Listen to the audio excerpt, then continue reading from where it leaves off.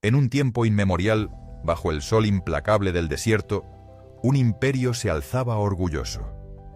Egipto. Cuna de dioses vivientes, de pirámides que arañaban el cielo y de un poder que nadie osaba desafiar. Pero en sus cimientos, miles de almas gemían. Un pueblo entero, esclavizado, que clamaba al cielo por una liberación que parecía imposible. La historia que estamos a punto de presenciar no es solo un relato de fe, sino la épica colisión de la voluntad divina contra la soberbia humana, un enfrentamiento que cambiaría el curso de la historia para siempre. Prepárense para ser testigos de cómo un imperio, en la cúspide de su gloria, fue despojado de su arrogancia por la mano de un poder que ni el más grande de los faraones pudo contener. Esto es la furia desatada del cielo. Durante 400 años, los descendientes de Jacob, el pueblo de Israel, habían sido oprimidos.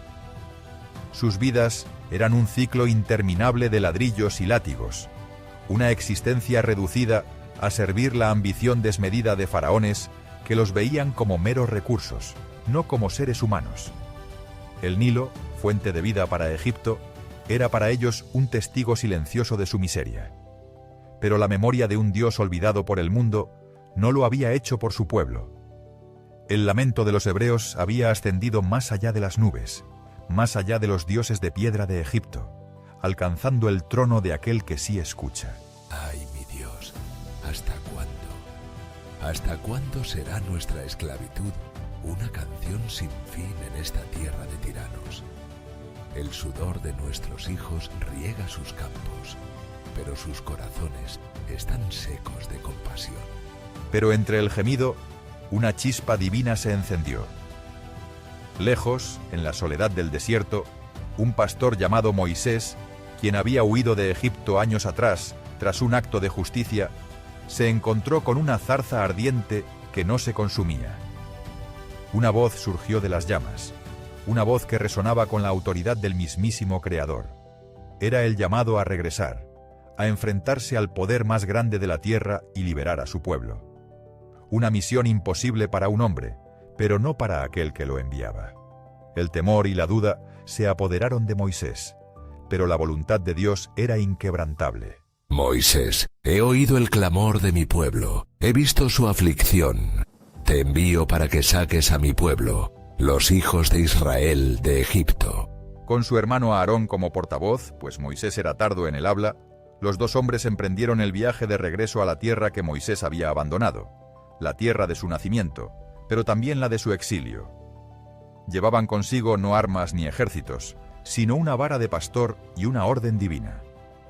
La misión era clara: confrontar al todopoderoso Faraón, el dios rey de Egipto, y exigir la liberación de un pueblo que no le pertenecía, sino al Dios de Israel. La atmósfera se cargaba de tensión con cada paso que daban hacia las imponentes murallas de Tebas, hacia el inevitable choque de voluntades. Finalmente, llegaron al corazón del imperio. Los pasillos del palacio resonaban con el eco de sus pasos, cada uno un desafío silencioso al poder absoluto que habitaba en esas paredes. Ante la corte del faraón, un hombre cuyo ego era tan vasto como el imperio que gobernaba, Moisés y Aarón se presentaron. No había espacio para la diplomacia, solo para la demanda. El destino de millones pendía de esa primera confrontación, una prueba de fe para Moisés y un insulto imperdonable para el orgulloso faraón que se creía dueño de toda vida bajo su sol. Voz firme, así dice Jehová, el Dios de Israel. Deja ir a mi pueblo para que me celebre fiesta en el desierto, con desprecio y una risa burlona. ¿Quién es Jehová para que yo oiga su voz y deje ir a Israel? Yo no conozco a Jehová, ni tampoco dejaré ir a Israel. ¿Os atrevéis a interrumpir mi corte con tales sandeces? La ira del faraón no conoció límites. La audacia de estos dos hombres y la demanda de un Dios que él no reconocía era una afrenta directa a su divinidad. Como respuesta, endureció aún más el yugo sobre los hebreos. Les negó la paja para fabricar ladrillos, exigiendo la misma cantidad de producción, forzándolos a buscarla por sí mismos. El clamor de los esclavos, ya de por sí desgarrador, se convirtió en un grito de agonía y desesperación, y sus capataces hebreos, golpeados por los egipcios, culparon a Moisés y a Aarón de su nueva y cruel tortura. El plan de Dios parecía traer más miseria que liberación. Con rabia y desesperación a Moisés, que Jehová vea y juzgue. Vosotros nos habéis hecho odiosos a Faraón y a sus siervos, poniendo una espada en sus manos para matarnos. Moisés, abrumado por el dolor de su pueblo y la aparente futilidad de su misión, volvió a clamar a Dios. ¿Por qué has hecho mal a este pueblo? ¿Por qué me has enviado? La duda era una sombra, pero la respuesta divina fue un trueno. Ahora verás lo que haré a Faraón, porque con mano fuerte los dejará ir, y con mano fuerte los echará de su tierra. Era el principio del fin para la soberbia egipcia, el preludio de una serie de juicios que desmantelarían no solo un imperio, sino la fe de un pueblo en sus propios dioses. El verdadero poder estaba a punto de revelarse.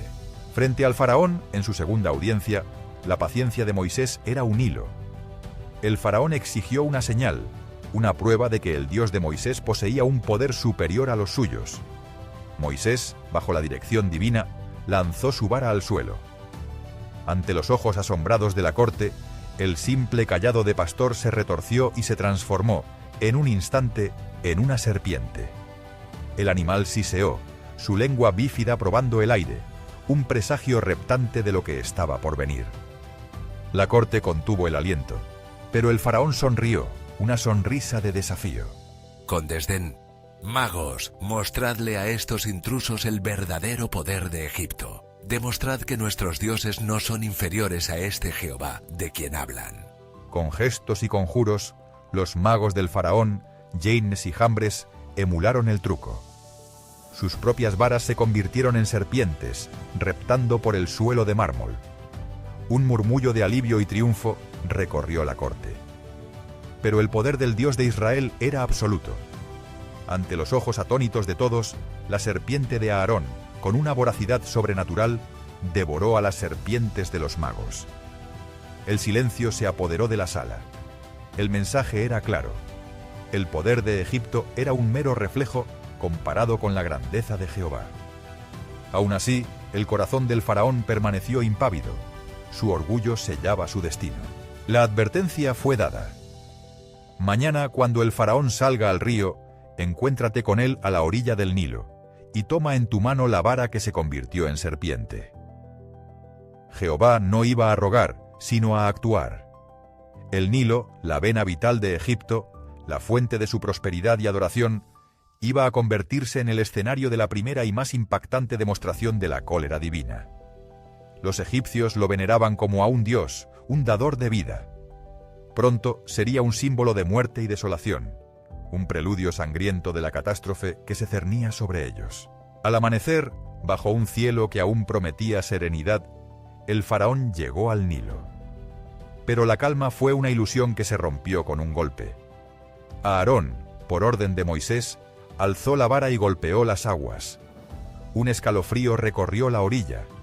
El agua, antes cristalina y vivificante, comenzó a burbujear, transformándose ante sus ojos horrorizados.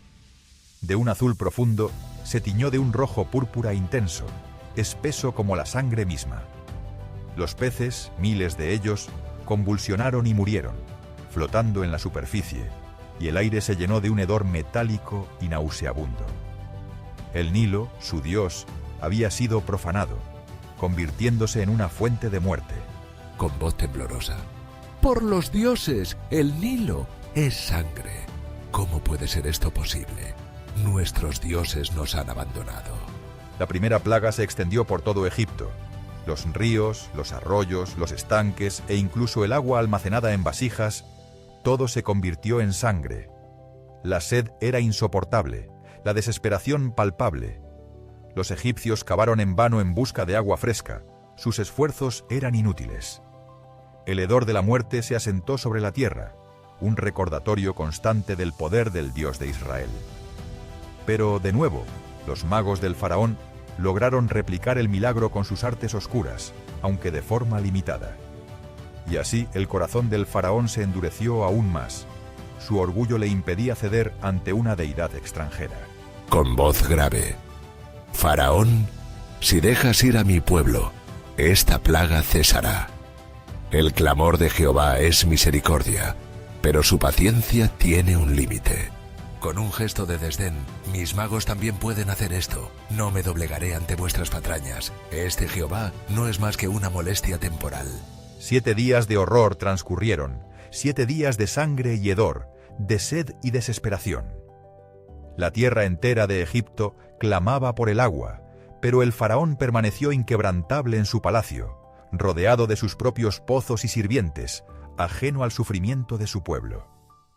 El tiempo de la advertencia había terminado. La hora de la acción implacable había llegado. La obstinación del faraón era un dique frágil ante la marea de la voluntad divina, y Jehová no toleraría más su arrogancia. Una nueva ola de destrucción estaba a punto de desatarse, aún más grotesca y penetrante que la anterior. Tras la negativa del faraón, Moisés extendió su mano sobre las aguas, y al instante un ejército anfibio emergió de las profundidades. Millones, billones de ranas, una marea verde y viscosa que cubría la faz de la tierra. Invadieron las casas, los dormitorios, las camas, los hornos y las tinajas de amasar. Saltaban sobre los muebles, caían del techo, se colaban por las puertas y ventanas. El croar incesante llenaba el aire, una sinfonía de lo grotesco. Ningún rincón de Egipto estuvo a salvo de esta asquerosa invasión. Era una pesadilla viva, una demostración nauseabunda de que ni siquiera las criaturas más insignificantes estaban más allá del control de Jehová. Con asco y desesperación: basta, implorad a Jehová por mí. Quitad estas ranas de mí y de mi pueblo, y dejaré ir a vuestro pueblo para que sacrifique a Jehová. Moisés oró, y al amanecer del día siguiente las ranas murieron. Las costas, los campos, las casas, todo estaba cubierto de montones de ranas muertas. El hedor era insoportable, incluso peor que el del Nilo. El pueblo de Egipto pasó días apilando los cadáveres, tratando de limpiar la tierra de la pestilencia. La plaga había cesado, y con ella el pánico del faraón. Viendo que el alivio había llegado, y aliviado de la presión inmediata, su corazón, tan volátil como el viento del desierto, volvió a endurecerse. Su promesa se disolvió en el aire tan rápido como el hedor de los animales en descomposición. Con una mueca cínica: idos. Ya he soportado bastante vuestras maravillas. Mis palabras fueron un desliz del momento. El pueblo de Israel seguirá siendo mío. La terquedad del faraón encendió la ira de Jehová. La insolencia de su corazón no solo ponía en peligro a su pueblo, sino que desafiaba la propia existencia del Dios de Israel. La paciencia divina se agotaba. Egipto, una vez más, iba a experimentar el poder de Jehová, esta vez de una manera que no solo incomodaría, sino que avergonzaría y humillaría a sus sacerdotes y magos, revelando la futilidad de sus propias creencias. La siguiente manifestación sería omnipresente, implacable e imposible de ignorar o replicar, un recordatorio mordaz de quien ostentaba el verdadero control. Por orden de Jehová, Aarón extendió su vara y golpeó el polvo de la tierra. Y de cada partícula de polvo, de la arena del desierto, de los campos y las ciudades, brotaron innumerables enjambres de minúsculas criaturas. Eran piojos, o quizás jejenes, mosquitos o gnats, tan pequeños que eran invisibles hasta que se posaban y picaban. Cubrieron a hombres y animales por igual, causándoles un tormento insoportable. No había escape. Se metían en la ropa, en el cabello, en la piel, en los ojos. La tierra de Egipto, antes venerada por su fertilidad, se convirtió en un caldo de cultivo para estos insectos que atormentaban a cada ser viviente. Con la voz quebrada, rascándose: no podemos, nosotros no podemos hacer esto. Esto es el dedo de Dios. Este no es un truco, es una afrenta directa de un poder mayor. Ni siquiera la magia más oscura de Egipto pudo emular esta plaga.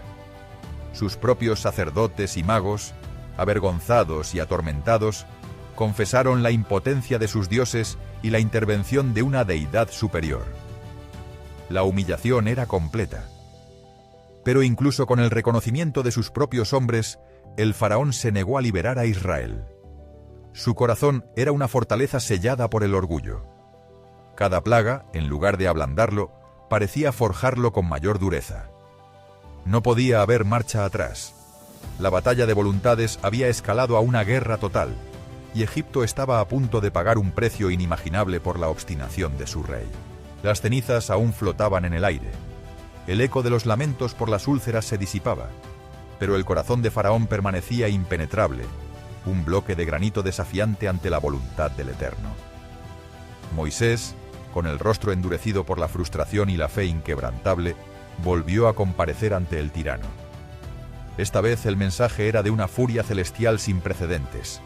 Una lluvia de fuego y granizo se desataría sobre Egipto, una tormenta como nunca antes se había visto desde la fundación de la nación, devastando todo lo que quedaba al descubierto.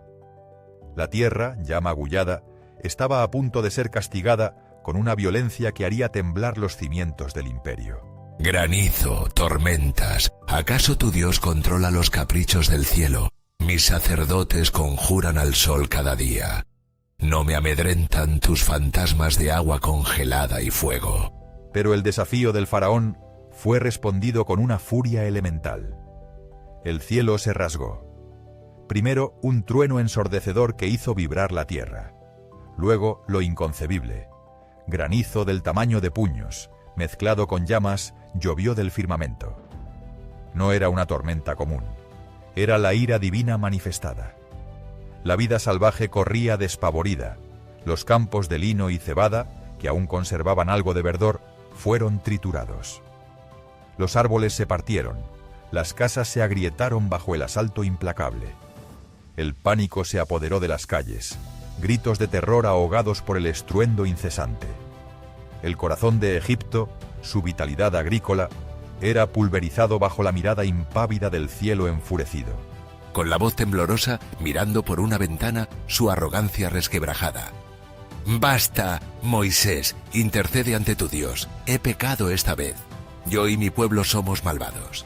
Ruega para que cesen estos truenos y granizos. Entonces iréis». Y como una calma ilusoria, el granizo cesó. El fuego se extinguió, y un silencio sepulcral cayó sobre la tierra castigada. La promesa del faraón de dejar ir a Israel, nacida del terror, se desvaneció con la última gota de lluvia. Su corazón, una vez más, se endureció hasta la petrificación. La breve tregua solo sirvió para reafirmar su obstinación, llevando a Egipto al borde del abismo. No había paz duradera para quienes desafiaban la voluntad divina.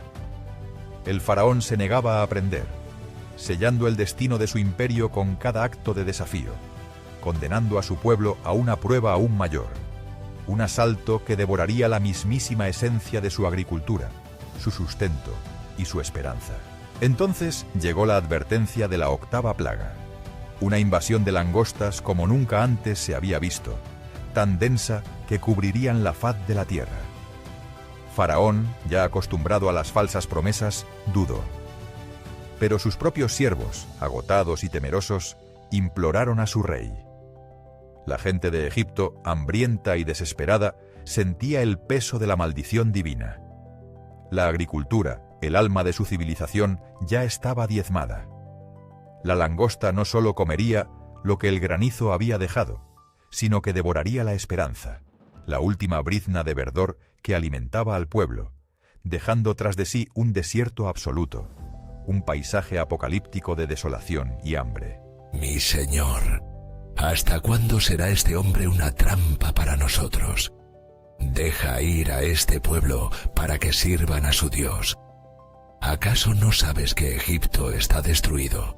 Y así un viento del este sopló sin cesar durante un día y una noche enteros, trayendo consigo una nube que oscureció el sol. No eran nubes de tormenta, sino una marea viviente, un ejército infinito de langostas que cubrieron la superficie de Egipto. Se posaron en cada tallo, cada hoja, cada grano que quedaba, devorando con una ferocidad insaciable todo lo verde que había escapado al granizo. El zumbido de millones de alas era el coro de la destrucción. Los campos que una vez fueron la gloria de Egipto se convirtieron en tierra árida en cuestión de horas. La tierra de abundancia se transformó en un páramo desolado, un monumento a la obstinación de un rey y al poder inquebrantable de un Dios. Con la voz rota, casi llorando: Moisés, Aarón, he pecado contra Jehová vuestro Dios y contra vosotros. Os ruego que perdonéis mi pecado solamente esta vez, y rogad a Jehová vuestro Dios que quite de mí esta plaga mortal. Las langostas fueron barridas por un fuerte viento del oeste, arrojándolas al Mar Rojo, dejando Egipto desprovisto de todo verdor. Pero la liberación prometida fue, una vez más, una burla. El corazón de Faraón se endureció de nuevo, volviendo a su obstinación. El faraón se aferraba a su poder, incluso si eso significaba la ruina total de su reino y su pueblo.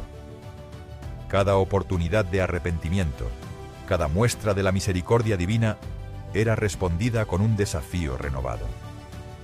Egipto estaba ahora al borde del abismo final, una oscuridad que no solo cubrió la tierra, sino que se adentró en el alma de los hombres, preparando el escenario para el golpe más demoledor. La 9ª plaga fue un asalto a los sentidos, un tormento psicológico que se cernió sobre Egipto. Moisés extendió su mano hacia el cielo, y una oscuridad palpable descendió sobre toda la tierra. No era la oscuridad de la noche, ni la de una tormenta de arena. Era una negrura tan densa que se podía sentir, una ausencia total de luz que envolvía a los egipcios en un manto de terror claustrofóbico. Durante 3 días, la gente no pudo verse el uno al otro, ni levantarse de sus lugares. El sol, Ra, el dios más grande de Egipto, el dador de vida, había sido eclipsado por un poder superior. Egipto, la tierra del sol, se sumergió en la penumbra más profunda, un presagio de la oscuridad eterna que amenazaba su misma existencia. La oscuridad era tan profunda que los gritos se ahogaban en ella. El aire se sentía pesado, opresivo, como si la propia oscuridad tuviera peso. Las antorchas y lámparas no podían penetrarla. Sus llamas eran meros puntos agonizantes en una vasta extensión de nada. El miedo no era solo por la falta de visión, sino por la anulación de la rutina, la paralización de la vida. Durante 3 días, el imperio se detuvo, congelado en un terror inmovilizador. Solo los israelitas, en la tierra de Gosén, tenían luz en sus moradas. Este contraste hiriente acentuaba la magnitud de la diferencia entre el pueblo de Dios y aquellos que lo oprimían. La oscuridad de Egipto se hizo más profunda, un abismo entre la vida y la muerte, la libertad y la esclavitud. Voz áspera y contenida en la oscuridad: Moisés, vete, vete y sirve a Jehová. Solo dejad vuestras ovejas y vuestras vacas. Vuestros hijos pueden ir con vosotros. La luz volvió, restaurando el mundo visible, pero el terror de esos 3 días de oscuridad había dejado una marca indeleble.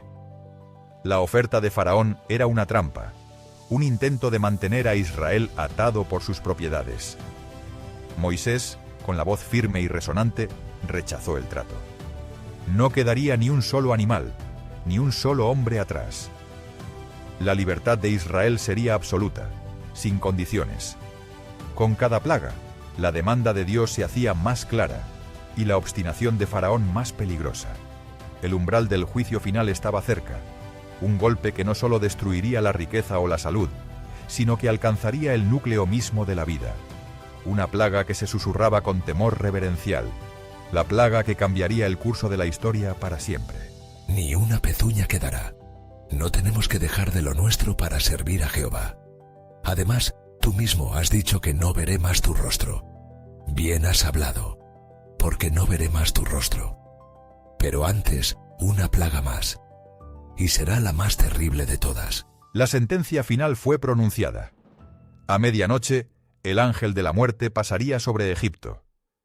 Cada primogénito, desde el hijo del faraón que se sentaba en el trono, hasta el primogénito de la sierva detrás del molino, y aún los primogénitos de las bestias, morirían. No habría casa en Egipto sin un lamento.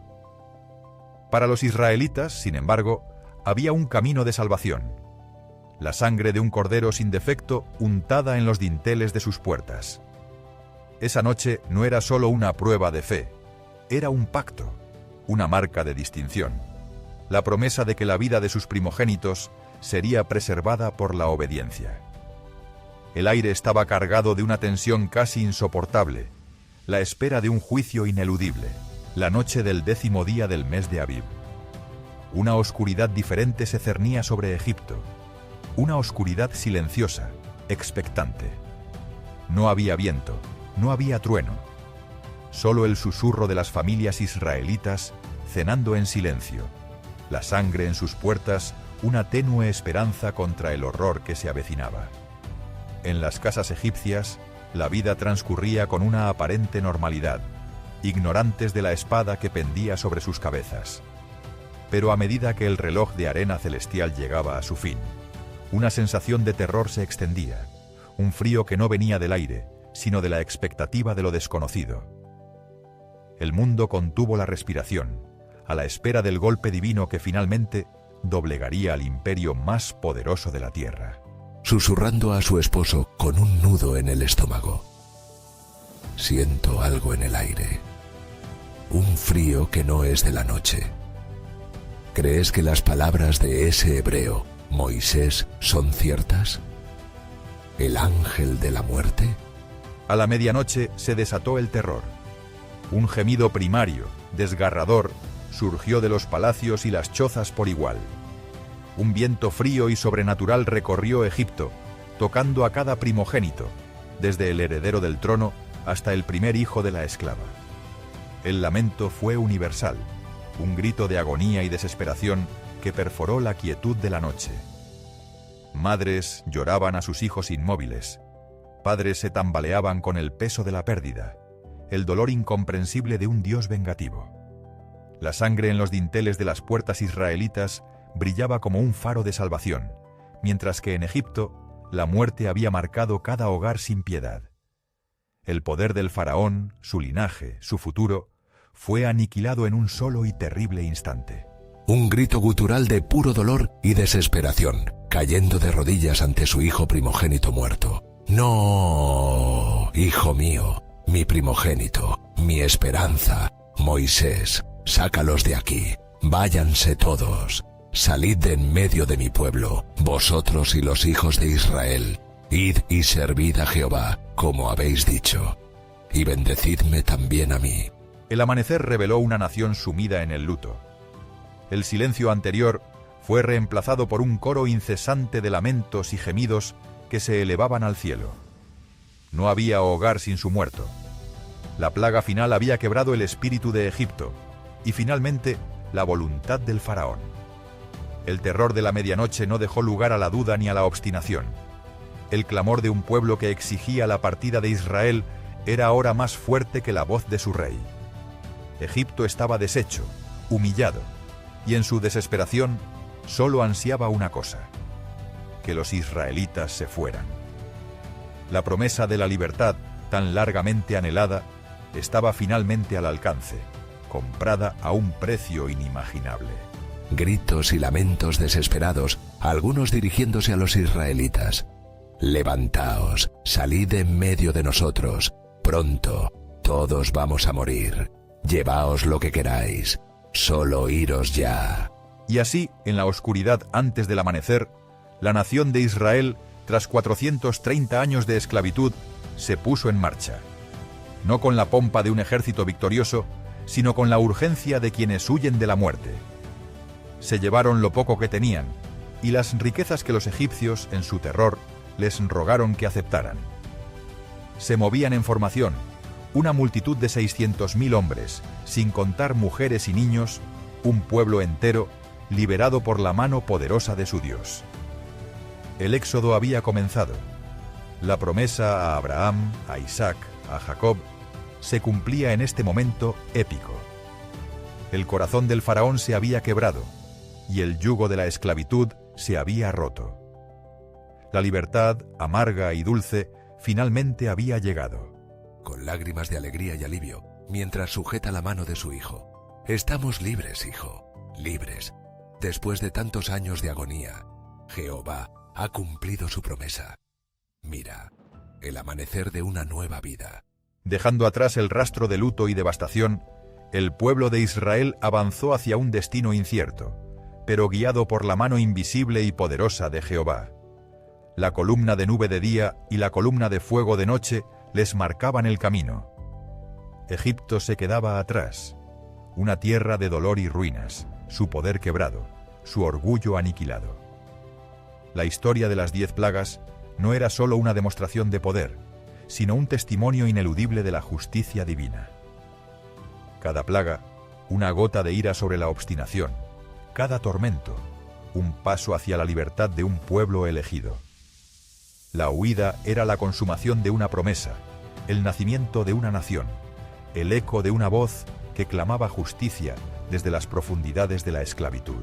Y así, Egipto se convirtió en el escenario de la ira y la liberación. Las 10 plagas no fueron un castigo aleatorio, sino una progresión calculada, cada una diseñada para derribar un dios egipcio, para desmantelar la arrogancia de Faraón y para revelar la supremacía incomparable del Dios de Israel. El río, la tierra, los cielos, la vida misma, todo estuvo bajo el dominio de Jehová. La historia de las plagas es la narrativa definitiva de la liberación, la prueba irrefutable de que no hay poder humano que pueda prevalecer contra la voluntad del Todopoderoso. Es un recordatorio eterno de que la opresión tiene un límite y que la justicia divina, aunque a veces tardía, siempre llega con una fuerza ineludible. La memoria de las 10 plagas resonaría por milenios, grabada no solo en los anales de la historia, sino en el corazón de cada generación de creyentes. Este no fue solo un relato de maravillas y castigos, sino una profunda lección sobre la soberanía de Dios, la futilidad de la obstinación humana y la promesa inquebrantable de redención para su pueblo.